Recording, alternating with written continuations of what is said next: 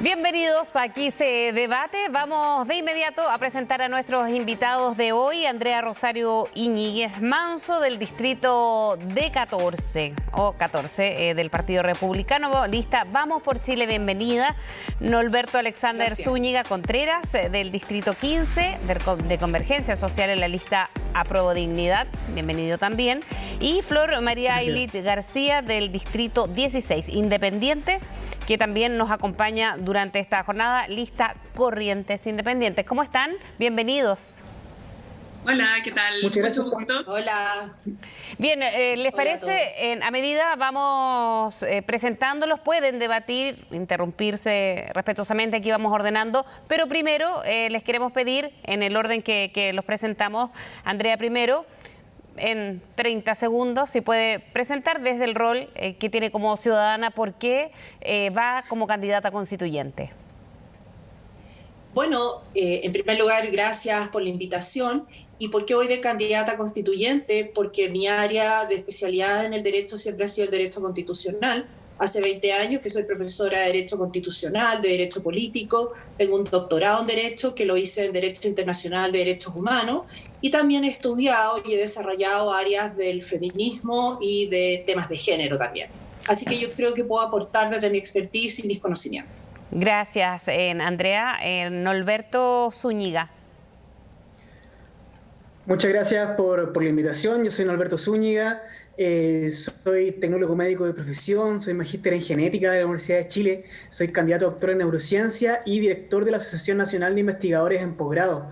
Y yo me presento como candidato constituyente porque creo que escribiendo en conjunto esta nueva constitución vamos a poder cambiar los cerrojos y mecanismos contramayoritarios que han permitido que en Chile se gobierne para una minoría. Y desde la expertise que yo he generado a lo largo de los años de trabajo territorial, ya sea a través del trabajo de la Asociación de Investigadores en Posgrado o a través de mi profesión, especializándome en salud, ciencia, conocimiento y constitución. Así que creo que esta es una oportunidad para que todas y todas estemos presentes en este proceso constituyente y yo quiero hacer carne ese mandato y estar presente en la Constitución.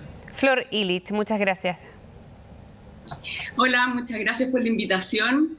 Bueno, mi candidatura surgió desde el movimiento ciudadano de acá de Pichilemu y la mirada en realidad que nosotros queremos reflejar es justamente comprender que esta nueva constitución es un cambio cultural, es un cambio de mirada totalmente distinto a lo que ha sido hasta ahora, donde la participación ciudadana es clave en el rol que debe cumplir el Estado con respecto a las leyes y garantías que debe generar en las personas.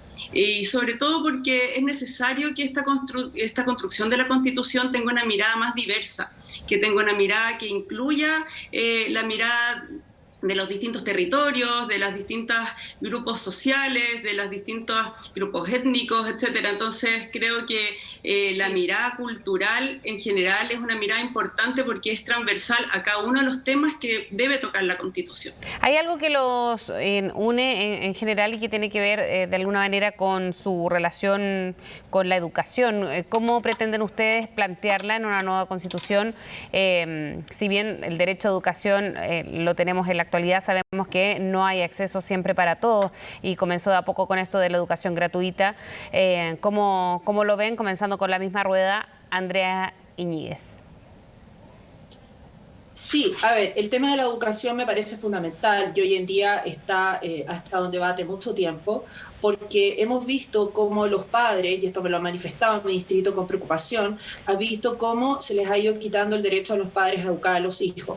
Y esto se ha visto primero en la ley de inclusión, esto debe haber pasado una tómbola, por lo tanto me parece que la Constitución debe reforzar el derecho de los padres a elegir el tipo de establecimiento en el cual quieren educar a sus hijos. Eso es una aspiración que veo mucho, lo escucho mucho en el distrito al cual pretendo representar en la Constituyente. Y en cuanto al derecho de los padres a educar a los hijos, también se han visto problemas con leyes ideológicas como la ESI, o algunos contenidos de la Ley de Garantías de la Niñez, que también muchos padres me han manifestado con preocupación los contenidos de esas leyes, y también entonces me parece que esos derechos deberían estar reforzados en la Constitución. ¿Y en la educación gratuita usted es partidaria de ella, que sea para todos? Yo creo que todas las personas tienen derecho a la educación y por lo tanto el Estado lo que tiene que hacer es ayudar a aquellas personas que no pueden pagar su educación, pero dándoles la oportunidad a ellos de poder elegir la educación que quieren y no que les venga impuesta desde un burócrata del Estado. ¿Y ese burócrata del Estado a qué se refiere esa tómbola que no es la selección que se hace específicamente para evitar que muchos niños, generalmente en los colegios, se quedaran a veces sin estudiar? No, porque lo que pasa es que no es el tema de la tómbola, va mucho más allá de eso, va el tema de toda la burocracia que significa el tema de la educación, desde el Ministerio de Educación hasta lo que pasa en las municipalidades. Y a veces los padres tienen muy poco derecho de elección. Y también pasa que muchos padres, por ejemplo, que se oponen a las tomas de los liceos de los hijos son maltratados y son por otros padres o incluso a veces por dirigentes en los colegios. Que eso es inadmisible. Norberto Zúñiga. Respecto a la educación y el derecho a la educación universal. Sí, yo tengo una visión bastante contraria a lo que expresa, a lo que se está expresando actualmente, las palabras que acabo de ir, entendiendo que yo mismo fui parte de movimientos estudiantiles que salimos a las calles desde el 2006, 2011, 2013, a exigir educación de calidad, a exigir que se acabara con esa brecha que había en la educación, o una brecha que viene desde la época preescolar, porque para nosotros, y para mí específicamente, la educación es un medio y un fin para el ejercicio de todos los derechos fundamentales. Es un espacio de desarrollo pleno de la vida. Por eso yo creo que en la Constitución debe quedar zanjado y si debe garantizarse un sistema nacional de educación pública que sea capaz de reconstruir la educación estatal, pero en todos sus niveles. Y esta amplíe su cobertura, no tenga límite de edad y asegure, esto para nosotros es súper importante, una educación gratuita y de calidad para todas y todos, independiente de nuestro origen socioeconómico, étnico, porque entendemos que la educación es central para el desarrollo de una sociedad. Y en tanto lo que se conversaba ahí sobre la libertad de enseñanza, yo creo que la libertad de enseñanza debemos entenderla como la libertad de determinación de las comunidades respecto del desarrollo educativo. Y ahí tiene que haber un marco democrático y sobre todo no sexista, que es algo que se ha demandado históricamente en los últimos años en las calles, y que debe garantizar el pleno desarrollo del potencial de las personas a nivel individual y colectivo.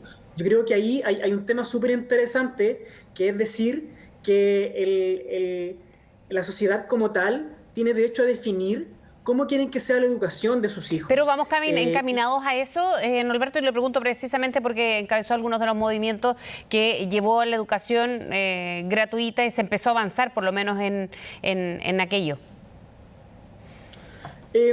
Vamos encaminados, pero no es suficiente, porque, por ejemplo, aún hay un cierto concepto de bancarización en torno a la educación, si bien se ha avanzado un poco en la educación escolar, ¿cierto? Pero a nivel superior aún hay una demanda importante, porque efectivamente hay una educación gratuita de calidad y que el Estado se preocupe de potenciar ese eje, y entendiendo de que para algunos privados sigue siendo la educación un bien de mercado, y eso es central. La educación no puede ser un bien de mercado. Bien, Norberto, vamos a ir a una pausa también con Andrea, Flor María Illich, para volver en Aquí se debate con otros temas también que tenemos en agenda.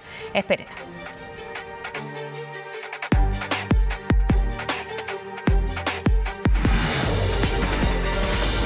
Estamos en Aquí se debate y quedamos pendientes hablando de educación gratuita, si así tendría que establecerlo, o así por lo menos pretenden algunos de ustedes invitados el día de hoy, pretenden proponerlo para la próxima Constitución.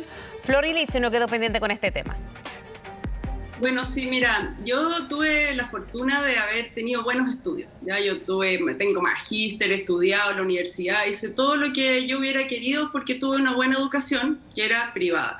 Pero yo quisiera que la educación fuera de ese mismo nivel para todos, que todos tuvieran el acceso a esa educación. Yo vivo hoy en día en Pichilemu, en un sector aislado donde hay gran cantidad de gente que vive en zonas rurales de muy difícil acceso a la educación, a la cultura en general. Por lo tanto, Para mí la educación y para nosotros acá en nuestro territorio, la educación es un pilar fundamental de desarrollo, es parte de los derechos clave para poder desarrollar nuestra sociedad. Por lo tanto, sí creemos que una educación pública de calidad, gratuita, es clave para generar un acceso, pero no solo eso, sino que debe ser una educación que también sea bien integral, que también incluya la salud mental y emocional de nuestros niños, que tenga una mirada inclusiva de género, de inclusión para personas que tienen capacidades diferentes, para etnias distintas, que tenga inclusión también de lenguas como por ejemplo el mapuzungún u otras que parte de nuestro patrimonio cultural que es importante desarrollar y fortalecer. Desde Pichilemu, desde regiones, quiero entrar ahora al poder de concentración o a la concentración de poderes más bien. ¿Cómo se hace para descentralizar? Porque ha sido uno de los temas y un paso siguiente dentro de las elecciones que vamos a tener en abril va a ser el de gobernador. ¿Puede ser un paso, Flor, aprovechando que estás ahí todavía en cuadro, para caminar hacia la desconcentración del poder en Chile? Bueno, claramente ese ha sido uno de los grandes factores de desigualdad, ¿no? Que los territorios no tienen la capacidad de desarrollo porque justamente esta gobernanza tan centralizada, monopólica, justamente ha derivado que todos los recursos se extraigan de los territorios, pero no quede nada en términos de desarrollo en nuestros territorios y más bien se vaya devastando los lugares. Andrea Iñiguez, para ir conociéndolo todo, porque nos van faltando varios temas todavía para abordar. Sí. A ver, dos cosas. Primero que estaba pensando lo que dijo Norberto acerca de la educación, que la sociedad se ponga de acuerdo qué tipo de educación. Eso suena a algo muy grave y muy peligroso, porque eso al final de la sociedad termina siendo el Estado. Y más que el Estado es el gobierno de turno. El gobierno de turno termina imponiendo a todos su proyecto educacional. Y es justamente lo que la libertad de enseñanza asegura, es un bien que en democracia valoramos mucho, que es la diversidad. Y en segundo lugar, a propósito de lo que tú decías de la descentralización, yo creo que hoy en día lo que los ciudadanos más importante, es importante por supuesto llevar adelante una descentralización efectiva, pero yo creo que también hay un malestar muy grande contra el sistema político por la falta de control que tienen los ciudadanos del sistema político. Yo no sé si la figura del gobernador va a ayudar a mejorar eso. Yo sí tengo algunas ideas desde el punto de vista del derecho constitucional para poder empoderar al ciudadano, sobre todo para poder controlar a los políticos. Igual, Andrea, el gobernador hubiera acompañado con un delegado designado también por el gobierno central. Exactamente, va a ir acompañado por un delegado del gobierno central, que esa figura yo la encuentro rarísima. O sea, yo creo que tiene que haber, yo no sé cómo va a funcionar en la práctica, espero que funcione muy bien por el bien de las regiones. No, Alberto. Sí, pero me preocupa cuando sean de distintos grupos políticos, el gobernador y el delegado. No sé qué va a pasar ahí. Bueno, y cuando empiecen también a funcionar, también lo vamos a tener que ir viendo sobre la práctica. Norberto Zúñiga puede hacer sus descargos respecto a la educación y ahí agregar también el tema de la descentralización. Sí, mira, es interesante lo que plantea Andrea, porque finalmente cuando ella habla de las diversidades, justamente actualmente la educación no se hace cargo de las diversidades. Nos hace cargo de los diversos tipos de enseñanza, nos hace cargo de las diversidades de pueblos que hay en nuestro país, y ahí es donde la sociedad sí debe ponerse de acuerdo, y el Estado sí debe tener un rol central en la definición de la educación. Y ahí ciertamente tenemos diferencias diametralmente opuestas, porque yo verdaderamente creo la educación como motor de cambio, y ese motor de cambio debe estar al servicio de las necesidades del pueblo. Así que ahí hay unas diferencias que prácticamente son insalvables. Y con respecto a la descentralización, yo creo que debe haber una descentralización real, no una descentralización efectiva, no una descentralización solo en el papel. Actualmente lo que se habla de descentralización es creemos más regiones o hagamos un movimiento por acá, otro por allá, cuando realmente tenemos que volver a repensar la forma en que está distribuido nuestro país, tenemos que volver a repensar las macrozonas, ¿cierto? Entendiéndolas por criterios globales, criterios educacionales, criterios culturales, acervos históricos, y ahí es súper importante de que tengan más autonomía las regiones, ¿ya? Que los poderes de decisión, nosotros por ejemplo de la Asociación de Investigadores en Posgrado, creemos que deben haber centros de investigación regional que se encarguen de la investigación y de la satisfacción de las necesidades de los pueblos que habitan el territorio. Y es súper central que para eso hay un poder descentralizador real y que no sea solo un chorreo desde Santiago nuevamente, que es lo que pasa. Y hay un término súper interesante que me gustaría dejar puesto y que es el conflicto centro-periferia. Hay una centralidad entre centro y periferia, hay una diferencia ahí que es el centro del sistema, ¿cierto?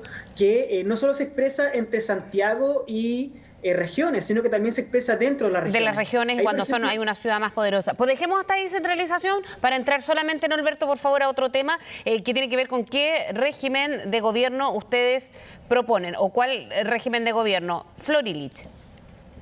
Y breve para avanzar en otro.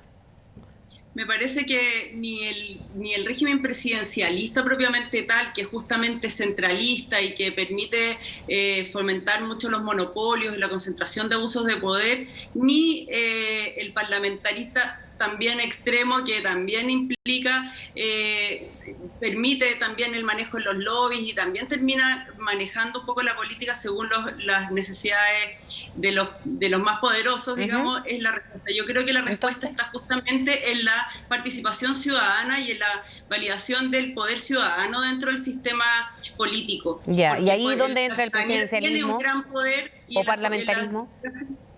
Las democracias modernas incluyen a la participación ciudadana de una manera mucho más directa y mucho más importante en sus sistemas de trabajo. Entonces creo que ahí hay un desafío interesante y profundo que se debe buscar, de que no necesariamente sea un extremo o el otro, sino que sobre todo buscar la tercera pata, que es la patita de la ciudadanía, que es muy, muy relevante que sea parte de las decisiones fundamentales y del ejercicio de poder. Gracias, Flor. Andrea. Sí, yo en algo estoy de acuerdo con Flor, que yo creo que más que discutir sobre parlamentarismo y presidencialismo, que me parece que es una discusión un poco trasnochada para los problemas que tenemos hoy en día. Yo creo que en cuanto al presidencialismo, al poder ejecutivo, lo que yo haría es que buscar alguna forma constitucional para que el Estado y sobre todo el poder ejecutivo, la administración, no siga creciendo, porque eso es un gran gasto para todos los contribuyentes chilenos y se ha prestado además para que políticos que cuando llegan al poder después entran los familiares como asesores, jefes de gabinete, etcétera, ganando unos sueldos que no tienen correspondencia con lo que se paga en el mercado y menos en una situación de economía precaria como ahora. Y en cuanto al poder legislativo, lo que yo decía antes, yo creo que hay que acercarlo a la ciudadanía, hay que hacerlo más responsable frente a la ciudadanía. ¿Cómo se puede hacer eso? En primer lugar, me parece que no es malo el modelo de Estados Unidos, que los diputados sean elegidos, cada 2 años y no cada 4, porque eso los hace estar muy atentos a estar muy conectados con sus electores, porque las elecciones, claro, ganan la elección, pero la próxima ya está a la vuelta de la esquina. Y lo mismo pasa con los senadores. No puede ser que tengamos senadores 8 años en el cargo. Yo lo bajaría a 6 o a 4. Gracias, Andrea. Porque también eso los haría más responsables políticamente frente a los electores. Norberto. Yo creo que hay que ahí equiparar el poder que tiene el poder legislativo, ¿cierto?, con el presidencial. Hay un hiperpresidencialismo desatado en donde hay iniciativas que corresponden netamente al presidente y eso no puede pasar, porque de repente hay urgencias que el legislativo también debe tener la posibilidad de instaurar. Yo creo que creo en un sistema semipresidencial, ¿cierto?, donde se equipare el poder, pero además necesitamos mecanismos de participación para tener una mejor democracia, y eso tiene que ser a nivel local como nacional. Y ahí yo no me pierdo y propongo que hayan iniciativas populares de ley, que haya un referéndum revocatorio, que haya un referéndum derogatorio cuando las políticas públicas, ¿cierto?, van en contra de lo que la sociedad quiere. Que hay que generar un sistema democrático que sea un sistema democrático de mayorías, ¿ya?, donde las mayorías tengan la capacidad de definir, ¿cierto?, qué son los destinos del país, tal como lo estamos haciendo ahora en el proceso constituyente, donde va a haber una definición de mayorías y que se expresó en el apruebo. Yo creo que tienen que haber presupuestos participativos locales, referéndums de consulta, derecho a la participación directa en la gestión pública, que esté regulado legalmente, no solo una iniciativa popular no solo de ley, sino que también de la regulación local y Bien. regional, que la gente pueda definir o pueda decidir qué es lo que quiere que pase en su territorio, qué es lo que le afecta día a día. Yo creo que tiene que ver muchos con... de nosotros y nosotras hemos sufrido en los últimos 30, 40 años ante este sistema neoliberal, así que es el momento que tengamos el poder de decisión de nuestras vidas y de cómo queremos que sea el país en el que deseamos vivir. Norberto, muchísimas gracias. Flor María Illich y Andrea por haber estado con nosotros en Aquí se debate. Gracias por la invitación. Chao. Chao, Flor. Que les vaya Gracias, muy bien, Norberto. nos vemos. Bien, y dejamos hasta aquí se debate y los dejamos invitados, por cierto, que sigan en sintonía de CNN Chile. Nos vemos.